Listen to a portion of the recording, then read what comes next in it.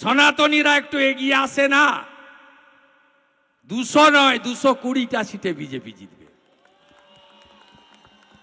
আরেকটা জায়গায় একজোট হয়েছিল হিন্দুরা 2021-এ নন্দীগ্রামে, 65% এক হয়েছিল প্রথমবার। আমি 2000 ভোটে জিতেছিলাম। 24-এ 72% হিন্দু এক হয়েছে। অভিজিৎ গাঙ্গুলি 8200 লিড পেয়েছে। আর 3 মাস পরের ভোটে ওখানেও উত্তর মালদার মতো 85% হিন্দু পদ্ম ফুলে ভোট দেবে। রাজ্যে 3 দিনের সফরে এসেছিলেন কেন্দ্রীয় স্বরাষ্ট্রমন্ত্রী তথা প্রবীণ বিজেপি নেতা অমিত শাহ। তিনি বঙ্গ বিজেপির নেতাদের টার্গেট আসন সংখ্যা দিয়ে গিয়েছেন 200। তবে শুক্রবার মালদার চাচলে বিজেপির এক জনসভা থেকে রাজ্যের বিরোধী দলনেতা শুভেন্দু অধিকারী ঘোষণা করেন 200 নয় 220 আসন পাবে বিজেপি। রাজ্যে তৃণমূল সরকারের গত 15 বছরের শাসনে নারী ধর্ষণ, চাকরি চুরি, কয়লা, বালি, মাটি, পাথর পাচারে চরম সীমায় পৌঁছে গিয়েছে। 26,000 স্কুল শিক্ষকের চাকরি চলে গিয়েছে মমতার শাসনে। জনসাধারণের তীব্র ক্ষোভ, অসন্তোষকে কাজে লাগিয়ে ক্ষমতায় আসার বিষয়ে দৃঢ় আশাবাদী বলে মনে করছে বঙ্গ বিজেপি। আর জিন্না যে স্বপ্ন দেখেছিল মুসলিম লীগ, সেই স্বপ্নেই সরকার লালিত পালিত হচ্ছে।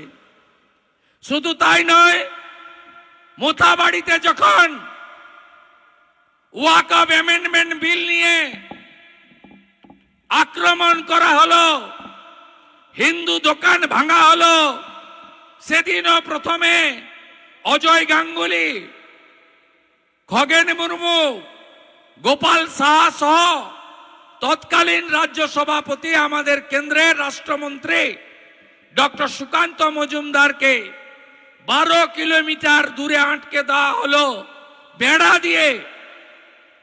আমি বললাম অজয় দাকে, কেন্দ্রের মন্ত্রীকে ঢুকতে দিচ্ছে না, আমাকে তো দেবেই না। আমি গেলাম হাইকোর্টে, হাইকোর্ট থেকে অনুমতি নিয়ে হিন্দুদের পাশে দাঁড়ালাম। শুভেন্দু তৃণমূলের বিরুদ্ধে তোপ দেগে বলেন, এই নিয়ে 104 বার সরকারের বিরোধিতার জন্য আদালত থেকে সভা করার অনুমতি করতে হয়েছে। তবে প্রশাসনের এই অসহযোগিতাও বেশি দিন থাকবে না। আগামী এপ্রিল মাসের পর রাজ্যের বিরোধী দল হয়ে যাবে তৃণমূল কংগ্রেস। প্রাক্তন মুখ্যমন্ত্রী হবেন মমতা বন্দ্যোপাধ্যায়। সেই সময় হিসেব হবে। রাজ্যের চটিচাটা পুলিশের নাম লিস্ট করে রেখেছি। সবাইকার নাম লেখা রয়েছে, সবার হিসেব তোলা থাকবে। 104 বার রাজ্যের প্রধান বিরোধী দলের নেতাকে হাইকোর্ট থেকে অনুমতি নিয়ে কর্মসূচি করতে হয়েছে।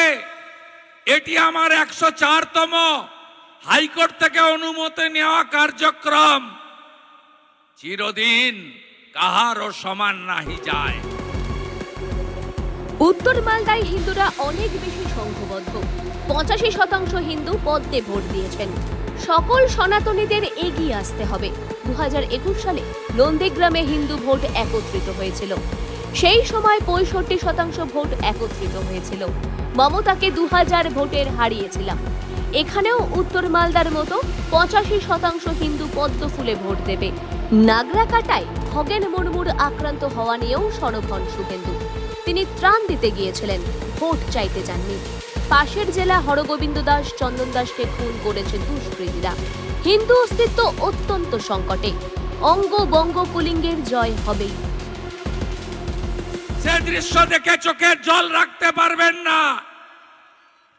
নিরীহ দোকানগুলো, বাড়িগুলো ভেঙে তছনছ করেছে। একটাই অপরাধ, ওরা হিন্দু। একটাই অপরাধ, হিন্দুরা সংখ্যায় কম।